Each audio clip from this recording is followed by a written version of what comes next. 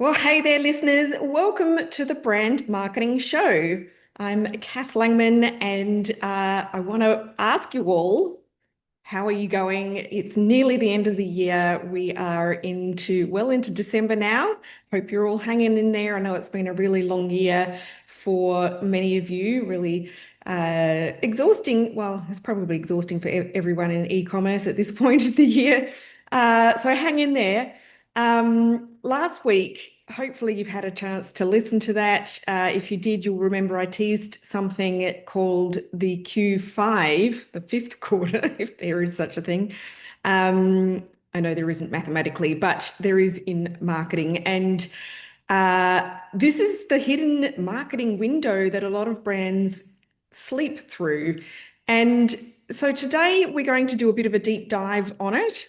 I'm not going to load you up with a whole lot of work because I know basically none of you have the energy for lots more work between now and the end of the year. So I don't want you to fear that. But if you are listening to this in real time, then you've got about a week to prepare for what could genuinely be one of the most profitable and least stressful marketing activities of your entire year. And look, I know that you might be thinking, Cath, I'm exhausted. I have just pushed through Black Friday and the Christmas rush. And the last thing I want to think about is more marketing. And honestly, I really do get it. I know I feel the same. It's by mid-December, most of us are running on fumes, caffeine, and dreaming of a week at a beach house with our phones on silent. But here's what I want you to consider. What if you could capture significant revenue during the week after Christmas with almost zero real-time effort? What if the work that you do this week before you switch off sets up a system that can run really beautifully while you're relaxing with a book and a cold drink or whatever it is that floats your boat during your R&R time? That's what the Q5 opportunity is. It's not about working through your holidays. It's about being really strategic and well, strategic enough to have your marketing work for you while you rest. So today I want to walk you through exactly what Q5 is in marketing terms, why the economics of this opportunity are so favorable, also how customer psychology changes and shifts during this particular period, and most importantly, the practical steps that you could take now to set yourself up for this week so that you can capitalize without sacrificing your summer break. And just a real quick side note here. If you hear a few noises in the background, it's probably my office mascot, Lenny. Lennox Langdog. He's in the office with me today, and he's half poodle, and so he gets a bit of separation anxiety. He has to be with one of his humans at all times, and I'm the only one he can be with today. So if you hear a few little noises, that's probably what it is. Anyway, what is Q5 and why should you care? Let's start with first things first here. Q5 is a term that some marketers use for the period that runs between like Christmas and roughly the first, well, in 2026, it'll be January the 5th, but the first Monday back of the new year. Sometimes, even extended a little bit longer than that, but it's called Q5 because it sits kind of in this weird limbo between, the Q4 of the old year, which typically in e-commerce wraps up, when the shipping cutoff dates are over for pre-Christmas deliveries, and Q1 of the new year when everyone returns back to work. And so it doesn't kind of neatly fit into either quarter's planning or budgets. So most brands just kind of ignore it. And that is exactly why it's such an opportunity. And I want you to kind of think about what happens during this period and really what, you might be doing yourself as well. A lot of marketing teams or just teams in general are on leave. Most brands have paused their ad campaigns because they've exhausted their Q4 budgets, or simply they're switching everything off for the holidays and they don't want to attend to comments and customers and all of that kind of stuff.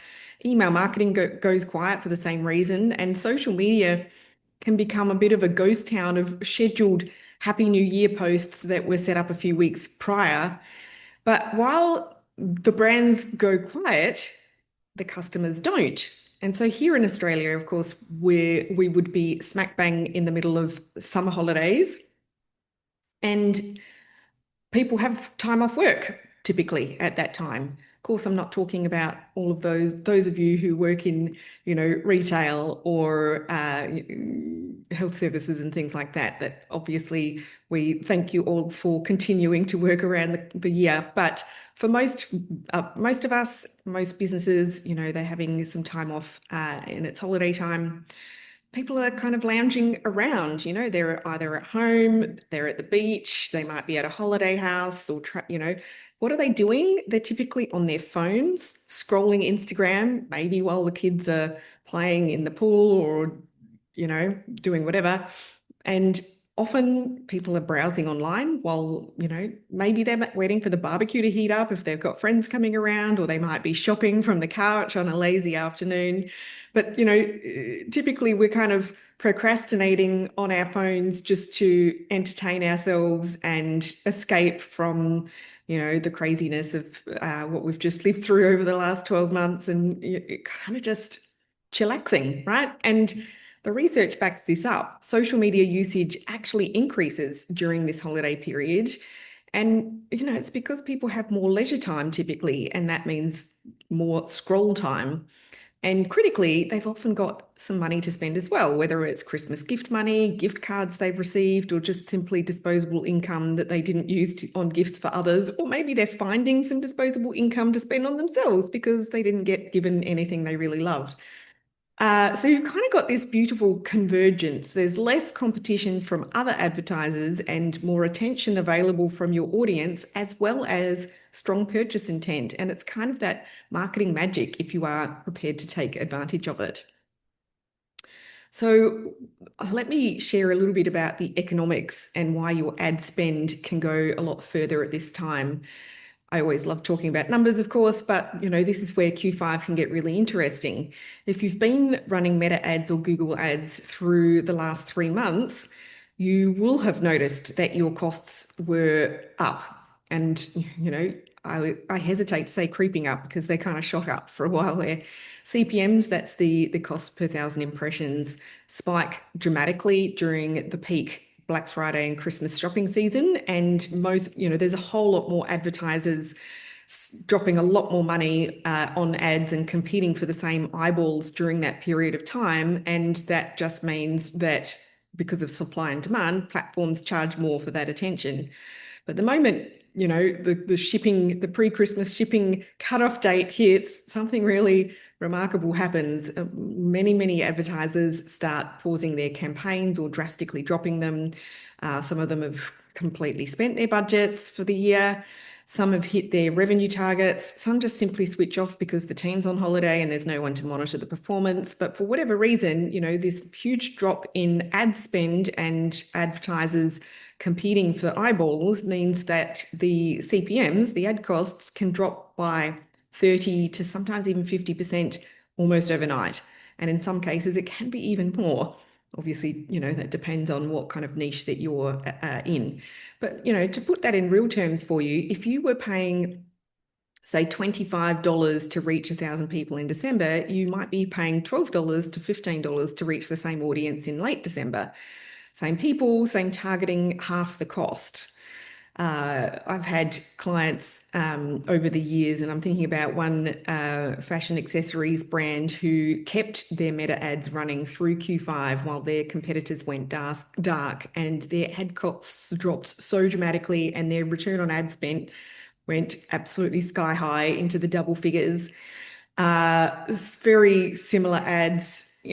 Some of them were even the same ads, definitely the same products, just dramatically better economics. And that's, something that made their year, made some of their sales the most profitable of the entire year, just because of that huge spike in return on ad spend. And it's not just paid advertising either. It's email open rates. They tend to be really strong during this period as well. When you think about trying to stand out in the email inbox, when you've got fewer promotional emails flooding people's inboxes like they have been in recent weeks and the last couple of months, you know, yours is going to have a much better chance of getting noticed and getting read. Your organic social content would have less competition in the feed as well. So literally everything that you can put out there during Q5 has a lot more room to breathe. The fundamental equation, therefore, shifts in your favor. So you're paying less to reach more attentive people who have money to spend and the time to spend it, which is a trifecta that just doesn't come around all that often. So what about this psychology shift from, you know, you can kind of think of it from shifting from giving, where, you know, people are buying gifts for other people, to self-gifting, you know, buying for ourselves again. And that can be a really interesting change, you know, in terms of the messaging perspective. Because, of course, before Christmas, the dominant buying psychology is about giving. And yes, I'm talking generalizations here. Not every single brand in the world is a gift type brand, but you know, that is the dominant buying psychology at that time of the year. People are shopping for others, whether it's their kids, their partner, their parents, their friends, the school teacher. My husband's a pharmacist. He's been receiving, I think he's received 5 huge boxes of favorites chocolates already in the last week. It's kind of good thing we got 3 hungry kids. But anyway, the mental framework is, what would they like? And will this arrive in time? And is this special enough to give as a gift for this person? But the moment that, you know, pre-Christmas delivery cutoff period is over, which is, you know, technically it's a couple of days before Christmas, that psychology flips completely. And I don't want to suggest that everyone's out there ready to buy for themselves a couple of days before Christmas, but you know, once Christmas Day is over, that's when this thinking changes, because suddenly people have time to start thinking about themselves again. You know, I spent all of that time and energy buying for everyone else, and now it's my turn, is kind of the mentality. And that's, you know, the self-gifting mentality can kick in at that point, and treat yourself becomes much more of the dominant internal narrative. Then there's also the new year factor. As we move towards the 1st of January, people do start thinking about the year ahead and things like whether it's New Year's resolutions, fresh starts, new year, new me. And that is also a powerful psychology for many product categories and service categories, of course, as well. And, you know, if you think about it, if you sell fitness or wellness products, this really is your prime time. People are thinking about getting healthier, moving more, taking better care of themselves. And, you know, let's say, for example, you sell organizational products, whether it's planners or stationery, that sort of thing. People are thinking about being more organized in the new year. If you sell anything related to self-improvement or learning or personal development, people are definitely in that mindset. Even for products that aren't obviously New Year related, there's still a self-gifting angle. You know, whether that it's that handbag that she really wanted but didn't get for Christmas, she might just buy it for herself. Those skincare products he's been eyeing, you know, he's got a gift card to spend, or that homewares piece that was too indulgent to ask for. I mean, suddenly it feels justified, whether as a treat or just, you know, focusing on your own, you know, personal home environment and that sort of thing. And so your messaging during Q5 should reflect this shift as well.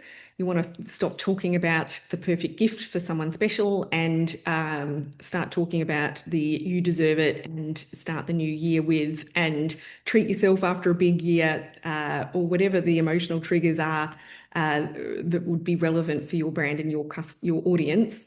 You know, that's going to be completely different, or it needs to be effective. So what do you sell, and how do you position it if you are going to be promoting during Q5? So let me walk you through some angles that tend to work really well. First one would be gift card redemption prompts. So if you do sell gift cards, Q5 is when they get redeemed most often. And a lot of brands do sell gift cards in December, particularly, you know, late in the game before Christmas, when, you know, customers start to fear that a physical gift won't arrive in the mail in time. So digital gift cards start getting sold a lot more at that point as well. But then a lot of brands completely forget to follow up on it, So think about it with, if somebody's received a gift card to your store, they're primed to shop. They just need a good nudge. So, I mean, you can send emails to those who bought the gift cards from you, but you can also show content, ads, and other content on social media and elsewhere as well, with a similar message so that it hits the recipients of those gift cards. And, you can say things like, here's what's popular right now, and make it really easy for them to browse and decide. That really is going to be some low-hanging fruit there, and so many brands miss it. Another option would be complete the set or pair it with. So what you can do is to look at your December sales data, and even November as well, what were your most popular gift items or just items bought, and then think about what complements those products. Because if someone received your best-selling serum as a gift, for example, they might want to buy a matching moisturizer or cleanser or whatever, right? If someone got your signature candle, maybe they would really love the diffuser. Maybe if your hero product was a super popular gift, then the accessories or refills can become a natural Q5 purchase. You've got to think through what that buyer journey might be like. And you can even reach out to people who received products from your store or orders from your store. Are you loving your new XYZ product? It's not difficult to kind of dynamically fill in the blanks there. Here's what pairs perfectly with it. And all that requires is having the recipient's name, which you might be able to, you might have that if they have set up an account when they received shipping notifications. So that can be worth exploring. But even if it was going to the person who purchased purchased the gift to give to someone else, just prompt it that way as well. Another messaging angle that always works well is New Year, fresh start, and that can work beautifully across so many categories. I mean, the obvious ones being fitness and wellness and organization, learning as well, as we mentioned before, self-care, home refresh, back to school, anything summer related, anything that can be really framed as part of a fresh start. And the key here is to be really genuine rather than gimmicky about it. You're not trying to exploit the resolution mentality with any kind of false urgency. You're trying to help people genuinely start the year well with products that will actually serve them. So, think about messaging like start the year feeling prepared, or your morning routine elevated, or everything you need to make this year your best yet. The goal to be aspirational without being really cringy or pushy in a negative way. Summer lifestyle, of course, here in Australia, Q5 is prime summertime, beach trips, camping holidays, backyard entertaining, kids at home on school holidays, many of whom now no longer have social media access. And so there's a whole lifestyle angle that's completely separate from the Christmas and New Year messaging. And if your products fit into that kind of summer lifestyle angle, then absolutely lean into it. Outdoor entertaining, sun protection, travel accessories, keeping kids entertained, beach and pool ready, whatever is going to apply to your range. And then here's another angle that I love. It's the I didn't get what I wanted crowd, which can seem a little bit cheeky, but it's really real. Not everyone gets what they were hoping for at Christmas. And some people might drop hints that just don't get picked up. And some people were too polite to put certain things on their wish list. Some people just didn't get much at all. And messaging that can gently acknowledge this can really resonate. Didn't get what you really wanted, we've got you. Or Christmas was for everyone else, this one is for you. And really what this is doing is speaking to that self-gifting motivation that I spoke about earlier. Now, I want to dive into a little bit of practical setup, which involves preparing now and resting later. So let's get practical here. And you are probably listening to this in the week or two before Christmas, which means you're already flat out. And the last thing you need is another massive project to execute, which is not what this is about.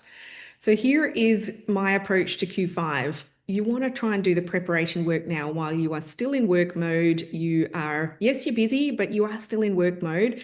And you want to set things up to run with minimal oversight during the actual Q5 period. I mean, in my experience, personally, but also just with all of the clients that we work with, it doesn't really matter how big your business is. Most business owners and small and big sized businesses are exhausted and need a break, right? So you really want to set yourself up to run with minimal oversight during the actual Q5 period. The goal is to have your marketing working for you while you are genuinely resting. And so with your email, you want to schedule it all before you break. So this is the easiest channel to set and forget. You want to write your Q5 emails now and schedule them to send during the holiday period. I would suggest a minimum of 3 emails over that period. So the first one would be fairly shortly after Christmas, whether it's on the 26th, the 27th. The treat yourself email, acknowledge that Christmas is done, the giving is over, and now it's time for them. You can do things like highlight a curated selection of products that work well for self-purchase.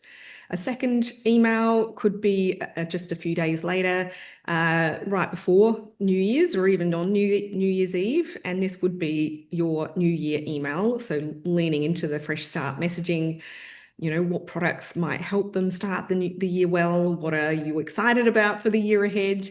That can be a bit more of a personal and reflective one in tone. And third email would be early in January, probably not the 1st of January, but shortly after. The back to it email. People are starting to think about going back to work. Kids are not going back to school, but in many cases, families, at least the working members of the families are, normal life is resuming. So what do you offer that can help with that transition? If you've got a gift card segment, add an extra email especially for them. And if you are running any kind of sale or promotion, obviously include that messaging, but we'll talk about the discount question in a minute.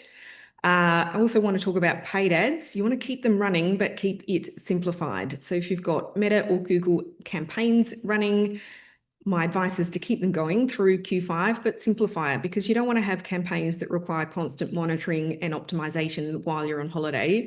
I mean, obviously, if you've got somebody else running them for you, then this is not something you have to think about. But if you are doing it yourself, then you don't want to be having to check in every single day. So before you break for the year for your holiday, you want to streamline to your best performers only, pause any experiments or underperformers, pause anything that's going to need babysitting. Keep running the ads that have proven themselves with creative that is appropriate for your Q5 period. Definitely make sure you update any ad creative to reflect the post-Christmas messaging that we're talking about. So, you want to swap out any perfect gift language for treat yourself or fresh start language. So it doesn't have to be a complete overhaul, just de-Christmasify it and adjust things like headline and primary text and make sure that it just suits the audience and the moment that they will see it, right? And then set appropriate budgets as well. You might actually want to increase budgets slightly given the lower CPMs and, obviously depending on the product category that you sell in. Obviously, you have to be comfortable with campaigns running without close supervision. So I would probably put some rules in place that are going to pull things up and down based on the cost targets and the return targets that you might have. But if in doubt, just keep budgets modest and steady. And an important tactical note would be don't pause your campaigns completely and then try and restart them after New Year, because when you pause campaigns for more than a few days, they're really going to lose their learning and you're going to have to start again from scratch. So it's better to reduce budget to a minimum than to pause entirely if you want to maintain momentum into January. And then with your social media, you want to batch and schedule.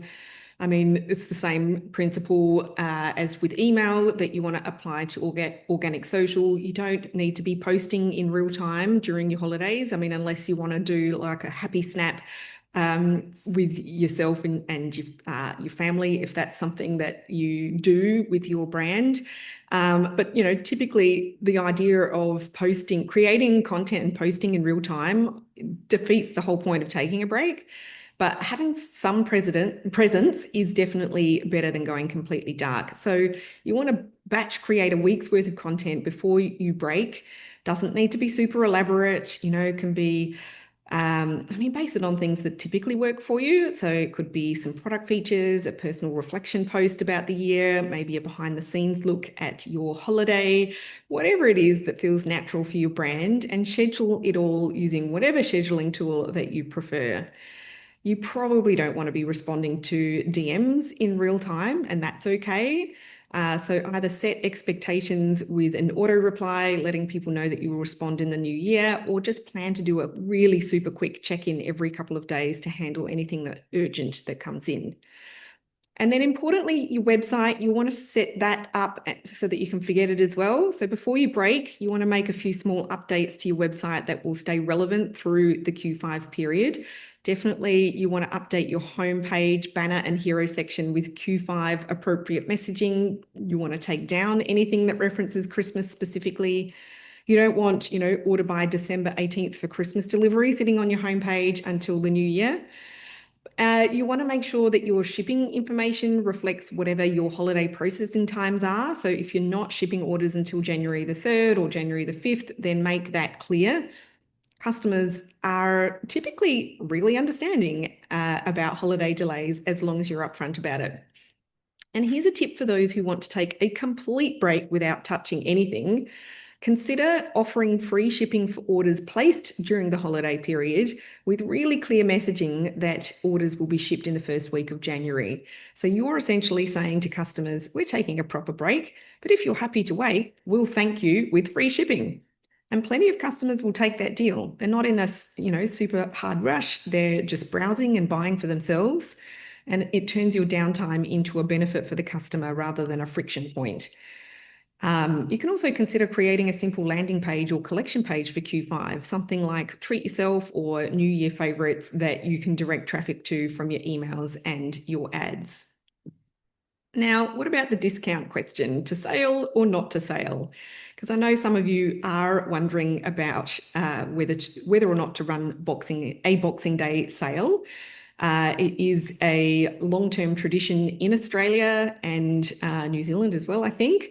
In the past, everyone would run a Boxing Day sale. Obviously, in more recent times, the Black Friday promotion has kind of really scaled up and Boxing Day sales are less of a thing. But, many customers do still anticipate that it's going to be happening. So you might be wondering, should you be discounting in that period of time?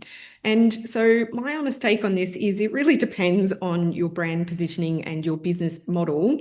If you are trying to build a premium brand, then I would encourage you to think really carefully before jumping on a big discount bandwagon, particularly if you've just gone through a store-wide promo or sale through Green Friday, Black Friday, whatever you call it, in your business.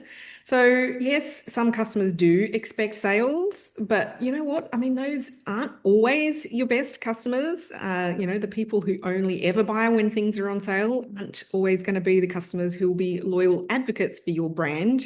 They're often, your people, your deal hunters, and they're just going to come back only when the next deal happens and they'll wait for it. The customers you really want, the ones who value quality, who appreciate what you do, who'll come back again and again and tell their friends about you, those customers don't always need a discount to buy. They need to understand the value of what you're offering. Caveat to that, there are a lot of loyal customers who love to be made to feel like a VIP and to feel like you've given them something special just for them as a reward, right? So if you are going to run some kind of Q5 promotion, don't just think about a straight discount. You can certainly do things like other incentives. Gifts with purchase can work well. Spend over a certain amount and receive a bonus item. Those sorts of things increase your AOV without necessarily devaluing your products. Also, the free shipping offer that I mentioned. Bundles that are slight, or a bigger saving can encourage people to buy or try multiple products without feeling like they're getting cheap goods. you know, at the end of the day, though, you can also do discounts on some things. You know, it could be the end of season, it could be really slow moving items. You know, you can phrase things in a way or kind of present things in a way. It can be visually as well as, you know, maybe how you structure your menu during a period like that, where you have, you know, newer, more popular items at full price and then people adding on something from a clearance section at a cheaper rate, right? Or you can just not offer a discount, right? Just show up with really great messaging that is super relevant about why your products are worth it at full price at that time of year for your customers based on whatever kind of messaging is going to really resonate with them in the moment. And let your competitors race to the bottom on big discounts while you hold your positioning throughout. Now, like I mentioned, if you do want to run a Boxing Day or end of year sale, which we know some brands are going to do, some brands that we work with will definitely be doing it, treat it as that kind of clearance opportunity, not a store-wide promotion, because you really shouldn't be going back to back with a big store-wide offer like, you know, from Black Friday and then into Boxing Day, where you are discounting everything in your range just to drive volume. So if you're going to run a Boxing Day sale, use it as an opportunity to just clear out those slower moving products or anything that you're discontinuing from your range. I mean, that's how it always used to be. You know, you'd go into the department stores in the city on Boxing Day or on the 27th of December, and the stuff that was on special would be on certain racks. And then the stuff you really wanted, which was the new stuff, would be full price, right? So you can frame that kind of an offer, clearance offer, as a last chance to grab these before they're gone rather than an everything on sale message. That way, you are protecting the perceived value of your core range while you're still giving deal seekers something to buy, and also, you know, rewarding your loyal customers who know the value of your products and they're just happy to have more for their money and be rewarded in that way. Plus, you're also clearing inventory that's costing you money to hold on to, which is genuinely good for your business. And I've seen brands do phenomenally well during Q5, both with and without a single discount. Because, you know, if you remember, the economics are already in your favor with lower ad costs and a greater chance of getting your customers' attentions. So you don't need to give away lots of margin on top of that. Now, if you do want to do a minimal check-in and you want to peek at how things are going during that period of time, look, you know, I understand you're entrepreneurs. You probably won't be able to help yourself from time to time. So let's have a little bit of real talk about this, because I know some of you are going to check your phones anyway, even though I'm trying to advocate that you don't. You're probably going to want to know how things are going, and that's fine as long as it doesn't take over your entire holiday. You know, if you are going to check in, you want to do it without falling down the rabbit hole. So set yourself some boundaries or some guardrails. Maybe it's a specific time of day, whether it's the morning or the evening, whatever works for you, but make sure it is once a day, absolutely maximum, and make it really brief. You know, just check your numbers, make any essential adjustments, and then close all the apps and get back to your holiday. Know what you're going to look for if you do open your phone and check out business stuff. Before you even open your phone, you want to decide what metrics actually matter and only look at those. For most people, it's going to be, are my ads still running? Is there any crisis in customer service? And that's probably it. I mean, probably you also want to know if there are any orders coming through, but the reality is that's something that you don't need to tend to to keep the wheels moving, right?